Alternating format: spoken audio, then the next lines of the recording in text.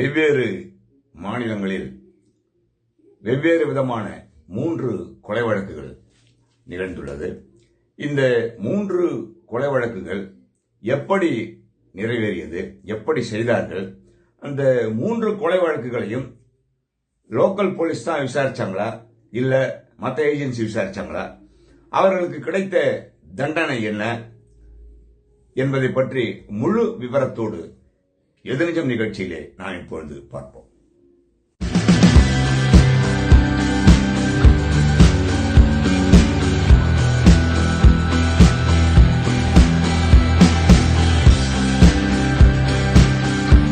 சென்னை ஆலந்தூர் பகுதியிலே காவலர்கள் குடியிருப்பில் வசித்து வந்தவர் மாணிக்கம்.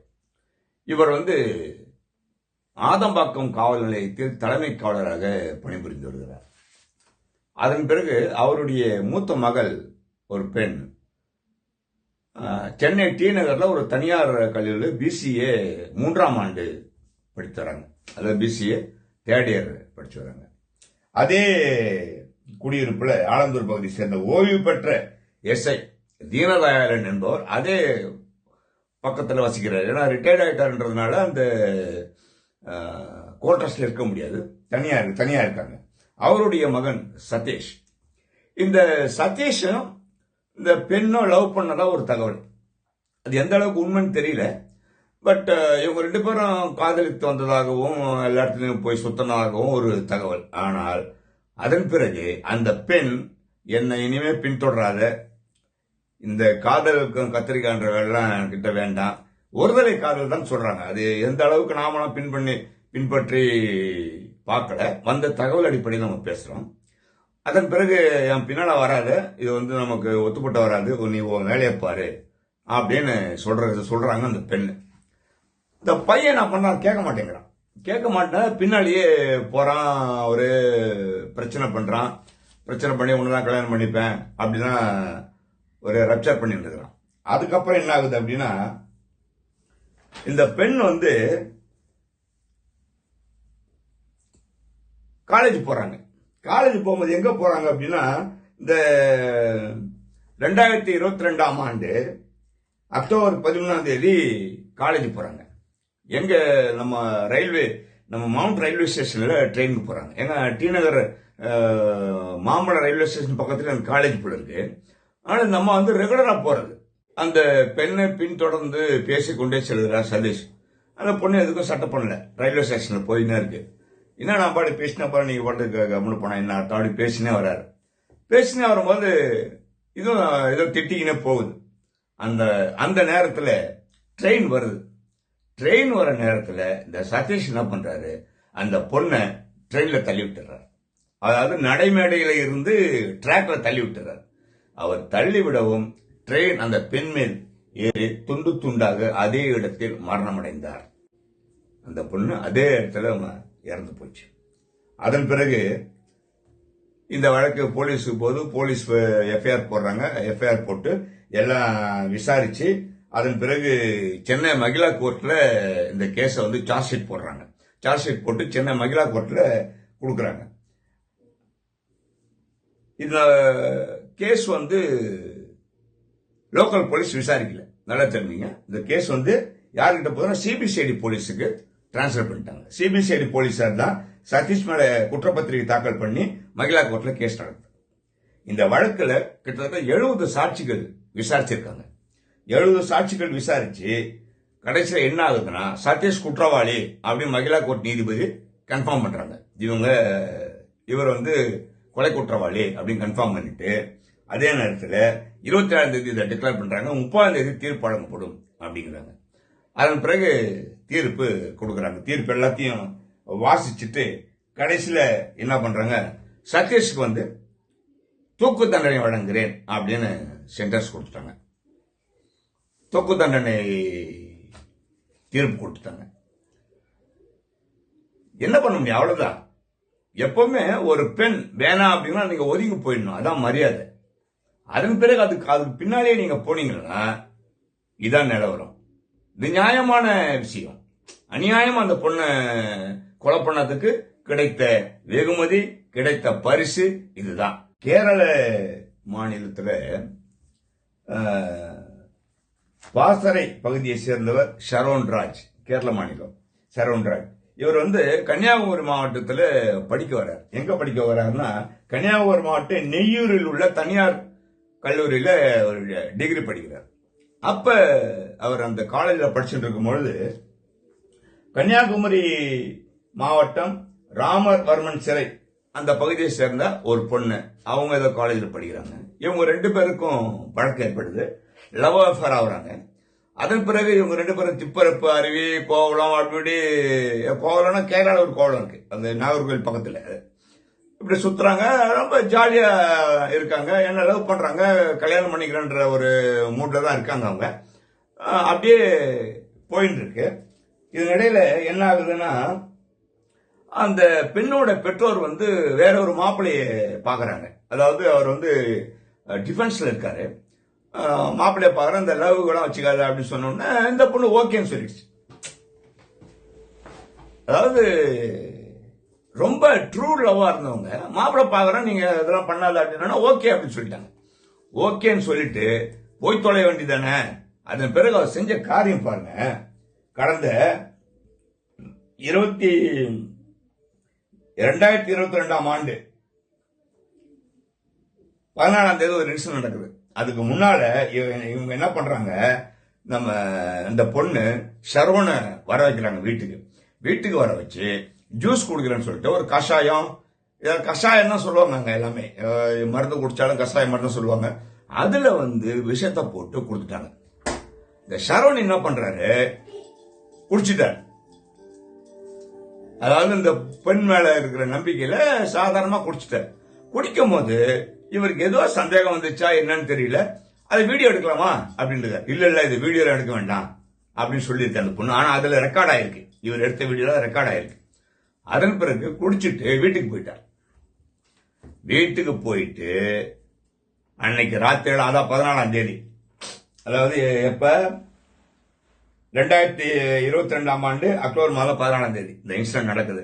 வாந்தி, மயக்கம், ஹாஸ்பிட்டல் அட்மிட் பண்றாங்க. எல்லா உறுப்புகளும் செயலிழந்து போகிறது. செயலிழந்து போய் கொஞ்சம் கொஞ்சமா அவருடைய உயிர் பிரிஞ்சுக்கினே இருக்கு. 11 நாள் அவசர சிகிச்சையில வச்சிருந்தாங்க. அதன் பிறகு 11வது நாள் இவர் இறந்து போயிடுறார். இறந்து போனோம்னா அங்க பெற்றோர்கள் கேரள மாநிலம் பாசறை காவல் நிலையத்தில் புகார் கொடுக்குறாங்க. என்னுடைய பையன் கடைசி அங்கதான் போயிருக்கான், இதெல்லாம் சாப்பிட்டு இந்த விஷமருந்து கொடுத்துருப்பாங்க அப்படின்ற மாதிரி சொன்னோன்னே போஸ்ட்மார்ட்டம் ரிப்போர்ட்லயே வந்துடுச்சு. அந்த மாதிரி உடனடியா இந்த பாசறை காவல் நிலையம் லோக்கல் போலீஸ்ல இருந்து கிரைம் பிரான்ச்சுக்கு மாத்துறாங்க. இந்த கேஸ கேரளா அரசு கிரைம் பிரான்ச்சுக்கு மாத்தி அவங்க என்ன பண்றாங்க, விசாரிக்கிறாங்க. விசாரணை நடத்தி 2023ஆம் ஆண்டு ஜனவரி 25ஆம் தேதி குற்றப்பத்திரிகை தாக்கல் பண்ணிட்டாங்க கோர்ட்ல. தாக்கல் பண்ண உடனே இது கிட்டத்தட்ட 95 சாட்சிகள் விசாரிக்கப்பட்டனர். விசாரிக்கப்பட்டதுல கேரள மாநில நெய்யாற்றின் கரை கூடுதல் அமர்வு நீதிமன்றம், அதுல தான் இந்த கேஸ் நடந்திருக்கு. விசாரிக்கும் பொழுது எல்லா சாட்சிகளும் சரியான முறையில் இது இருக்கு, ரெக்கார்ட்ஸ் எல்லாம் கரெக்டா இருக்கு. அதுவும் நம்பிக்கை துரோகம் பண்ணியிருக்காங்க இந்த பெண்ணு. ஷரோன் ராய் தன்னுடைய கடைசி வரையில் உயிர் பெறுகின்ற வரையில் கூட தன்னுடைய காதலியை காட்டு குடிக்கவில்லை, யார்கிட்டையும் காட்டு கொடுக்கல இவங்க. அந்த அளவுக்கு அந்த பையன் ஒரு நேர்மையா இருந்திருக்காரு அப்படின்னு இதெல்லாம் நீதிமன்றத்தில் கமெண்ட்ஸ் கொடுக்கிறார் நீதிபதி. அவ்வளவு காதலி மேல அவ்வளோ ஒரு பாசத்தோட நம்பிக்கையோட இருந்திருக்காரு. அதனாலதான் யாருகிட்டயுமே காட்டி கொடுக்கல. இந்த பொண்ணு உடல் ரீதியாகவும் மன ரீதியாகவும் இவரை மயக்கி எல்லாம் பண்ணிருக்கு அப்படின்னு சொல்லியிருக்காங்க கோர்ட்லயே. அதன் பிறகு பெண் தரப்புல கூறப்பட்ட குற்றச்சாட்டு எதுவும் நிரூபணமாகவில்லை. அதாவது பாலியல் ரீதியான தொல்லை பண்ணாரு, அது செஞ்சாரு, இதை செஞ்சாரு அப்படிலாம் சொல்லி அதெல்லாம் நிரூபிக்க முடியல. அதனால இது ஒரு சடன் ப்ரோவோகேஷன் கிடையாது, திட்டமிடப்பட்ட கொலை. இதுல தண்டனை கொடுக்கறது எந்த ஒரு மாற்று கருத்தும் கிடையாது. ஆகவே இந்த கொலை வழக்கை பொறுத்தவரையில் கொலை செய்த குற்றவாளியாக இருக்கின்ற இந்த பெண்ணுக்கு மரண தண்டனை விதிக்கிறேன், தூக்கு தண்டனை விதிக்கிறேன் தீர்ப்பு சொல்லிட்டார். அந்த பொண்ணோட சேர்ந்து அவங்க மாமாவும் உடந்தையா இருந்திருக்காரு. அவருக்கு 3 வருட கடங்காவல் சிறை அப்படின்னு தீர்ப்பு கொடுத்துட்டாரு. இந்த பெண் வந்து நான் ஒரே ஒரு பொண்ணு, நான் எங்க வீட்டில் படிச்ச பொண்ணு, அந்த இன்னும் நான் இன்னும் கொஞ்சம் மேலோண்டு படிக்கணும் அப்படின்னு சொல்லியிருக்காங்க. கதையில் எழுதியிருக்காங்க. இதுல வந்து எந்த ஒரு பாரபட்சம் இல்லாமல், கருணை இல்லாமல் இதுக்கு நான் தீர்ப்பு கொடுக்கணும் அப்படின்னு சொல்லி தூக்கு தண்டனை கொடுத்துட்டாரு. முடிஞ்சதுங்களா? ஓகே. அதன் பிறகு இன்னொரு வழக்கு வந்து இந்தியாவை பேசப்பட்ட வழக்கு, இந்தியாவில் இருக்கின்ற அனைத்து மக்களாலும் திரும்பி பார்க்க வைத்த வழக்கு. அதாவது கடந்த ஆகஸ்ட் மாதம் கல்கத்தாவில் உள்ள அரசு ஜி கர் மருத்துவமனை, ஆர்ஜே கர் மருத்துவமனை, கவர்மெண்ட் ஹாஸ்பிட்டல், அதுல வந்து அந்த பெண் வந்து பிஜி ஸ்டூடெண்ட் நினைக்கிறேன். அந்த அம்மா வந்து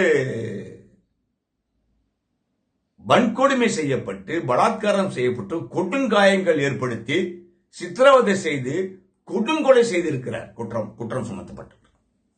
இதை வந்து லோக்கல் போலீஸ் இருக்க வேண்டாம் சொல்லி ஒரே ஆர்ப்பாட்டம், போராட்டம், நாடே சம்பிச்சது. உடனே சிபிஐக்கு மாத்தினாங்க. சிபிஐ மாத்தின உடனே அவர் சிபிஐ என்ன சொல்லியிருக்காங்க அப்படின்னா, ஒரே ஒரு குற்றவாளி தான் அதுல. அந்த குற்றவாளி யார் அப்படின்னு பொழுது சிபிஐ சஞ்சய் ராய், அவர் ஒரே குற்றவாளி தான் அப்படின்னு சொல்லி சார்ஜ் ஷீட் போட்டிருக்காங்க. சார்ஜ் ஷீட் போட்டதுல ஏகப்பட்ட பேர் வந்து சாட்சி சொல்லியிருக்காங்க. கடந்த 20ஆம் தேதி தீர்ப்பு சொல்லியிருக்காங்க. அதுக்கு என்ன தீர்ப்புனா, ஆயுள் தண்டனை. இது வந்து அரிதிலும் அரிய வழக்கு என்று கருத முடியாது அப்படின்னு ஜட்ஜி சொல்லியிருக்காரு. இந்த கமெண்ட் சொல்ல வேண்டிய அவசியம் இல்லை. குற்றம் சாட்டப்பட்ட சியால்டா மாவட்ட நீதிமன்றத்தில் கொடுத்துட்டாங்க. இது என்ன ஒரு முக்கியமான விஷயம் அப்படின்னா, எப்பவுமே கொலை வழக்கு அப்படின்னாலுமே பல வகையில உண்டு. திட்டம் போட்டு கொலை பண்றது, எதிர்பாராத கொலை பண்றது, இந்த மாதிரி பல விஷயங்கள் இருக்கு. இந்த 3 வழக்குமே பார்க்கும்போது, முதல் அந்த மவுண்ட்ல இந்த மாணவிய தள்ளி விட்டது வந்து வேணும்னே தள்ளி விட்டது தான். எனக்கு கிடைக்காது, யாரும் கிடைக்கக்கூடாதுன்றது வேணும்னே தள்ளி விட்டது தான். அதுக்கு வந்து தூக்கு தண்டனை கொடுத்தது சரியான முறை. அது வந்து மாட்டு கருத்தே கிடையாது. ஏதாவது கோபமா பேசுறோம், சண்டை போடுறோம், அடிதடி பண்றோம், திடீர்னு ஒரு செத்து போயிடுறாங்க, சடன் ப்ரொவகேஷன், எதிர்பாராத நடக்கிறது, உணர்ச்சி வசப்பட்டு நடக்கிறது. அதுக்கு வந்து தூக்கு தண்டனை கொடுக்க மாட்டாங்க. இது அப்படி இல்லை, திட்டமிட்ட கூட தான் இதுவும். 2வதாக கேரளாவில் காதலிச்சிருக்குது, அந்த பையனை லவ் பண்றேன்னு சொல்லியிருக்கு, பல ஆசை வார்த்தைகள் சொல்லி ஏமாத்திருக்கு, எல்லாத்துக்கும் போய் சுத்தி இருக்கிறாங்க, வந்திருக்காங்க. அதன் பிறகு இன்னொரு மாப்பிள்ள பாக்குறாங்க அப்படின்னோடனே விஷம் வச்சு கொள்றாங்க. அதுவும் திட்டமிட்ட கொலைதான், சடன் ப்ரொவோகேஷன் கிடையாது. அதுக்கு தூக்கு தண்டனை கொடுத்தது சரியான விஷயம். அதே மாதிரி கல்கட்டால நடந்த மாணவிக்கு மிகப்பெரிய கொடூரமான விஷயம். இதற்கு எந்த ஒரு பாரபட்சம்னா தூக்கு தண்டனை கொடுத்துருக்கணும். ஆனா ஆயுள் தண்டனை கொடுத்துட்டாங்க. விமர்சனத்துக்கு ஆளாயி போச்சு. என்ன ஆகி போச்சுன்னா, மாநில முதல்வர் மம்தா பானர்ஜியா சொல்லியிருக்காங்க, நாங்க விசாரிச்சுன்னா நாங்க தூக்கு தண்டனை வாங்கி கொடுத்துருப்போம், தேவையில்லாம நீங்க போராடி சிபிஐக்கு கொடுத்துட்டீங்க, இப்ப அவங்க பாருங்க அப்படி இவங்க பாலிடிக்ஸ் பண்றாங்க. இப்ப ஓகே, நான் என்ன சொல்றேன், ஓகே நீங்க விசாரிச்சிருந்தா தூக்கு தண்டனை வாங்கி கொடுத்துருப்பீங்களா, இப்போ ஒன்னும் குறைஞ்சு போகல, ரிவிஷன் பெட்டிஷன் போடுங்க, மறு ஆய்வு. இது அப்பீல் கிடையாது. அதாவது குற்றம் சாட்டப்பட்டு தண்டனை பெறான் இல்லையா, அவன் தான் அப்பீல் போக முடியும், மேல்முறையீடு போக முடியும். புரியுதுங்களா? புகார் கொடுக்கிறவங்க அவங்களுக்கு சாதகமா வரல அப்படின்னா அவங்க சீராய்வு மனு போடுவாங்க, ரிவிஷன் பெட்டிஷன். அது இவங்க ரிவிஷன் பெட்டிஷன் போட போறாங்க. அப்போ அந்த பாதிக்கப்பட்ட பெண் சார்பில் அரசு நியமிங்க, அசிஸ்டிங் ப்ராசிக்யூஷன் போட்டு சிபிஐயோட சேர்ந்து நீங்க சொல்லுங்க, நீங்க வாதாடி ஹைகோர்ட் ரிவிஷன் பெட்டிஷன் போட்டு அந்த பொண்ணுக்காக நீங்க நிவாரணம் தேடி கொடுங்க. ஏன்னா அந்த பொண்ணுக்கு வந்து கவர்மெண்ட் வந்து 17 லட்சம் நஷ்டஈடு கொடுக்கணும்னு சொல்லியிருக்காங்க கோர்ட்டு. ஆனா அவங்க வந்து அந்த பேரண்ட் வந்து பணத்தெல்லாம் ஏத்துக்கல, எங்களுக்கு நியாயம் தேவை, நீதி தேவை அப்படின்னு சொல்லிட்டாங்க. நாங்க மறுபடியும் ஹைகோர்ட் போகணும், கவர்மெண்ட் கூட சேர்ந்து அவங்களுக்கு உதவி பண்ணணும், உதவி பண்ணா அது சரியான அரசு. ஆக இந்த வழக்கை பொறுத்தவரையில் பெண்களுக்கு எதிரான கடுமையான குற்ற செயல் இது அந்த கல்கத்தா இதுல. இங்க வந்து மவுண்ட்ல பண்ணதும் எதிரானதுதான். கேரளால மட்டும் கொஞ்சம் வித்தியாசமா இருக்கு. பொண்ணு வந்து பையனை பண்ணியிருக்கு. ஆனா இருந்தாலும் நீதியை நிலைநாட்ட சரியான முறையில் அந்த நீதிபதி தண்டனை கொடுத்துட்டார். ஆக இந்த 3 வழக்கையும் நாம் சீர்தூக்கி பார்க்க வேண்டும். சமூகத்திற்கு எதிராக நடைபெறுகின்ற வழக்குகள், நடைபெறுகின்ற குற்ற செயல்கள், இவை அனைத்துமே காவல்துறையினர் பொறுப்புடனும் கடுமையாகவும் நடவடிக்கை எடுக்கணும். சார்ஜ் ஷீட் போடணும். நியாயமான விஷயம். நீதிமன்றமும் சரியா பண்ணியிருக்காங்க. இந்த மாதிரியான குற்றங்கள் தவிர்க்கப்படணும்னா இவங்க நீதிமன்றமும் காவல்துறையும் அருமையா செயல்பட்டீங்கன்னா ரொம்ப சூப்பரா இருக்கும். மேலும் இது போன்ற அவல செயல்கள், பெண்களுக்கு எதிரான குற்ற செயல்கள் எது வேணாலும் பண்ணிடலாம், நம்ம யாரும் கேட்க முடியாது அப்படிங்கிற முடிவை யாருமே எடுத்து விட முடியாது என்பதற்கு உதாரணமா இருக்கும் காவல்துறை நீதித்துறையும் செயல்பட்டால். மேலும் இன்னொரு இது நிஜம் நிகழ்ச்சியில் உங்களை சந்திக்கின்றேன். நன்றி, வணக்கம்.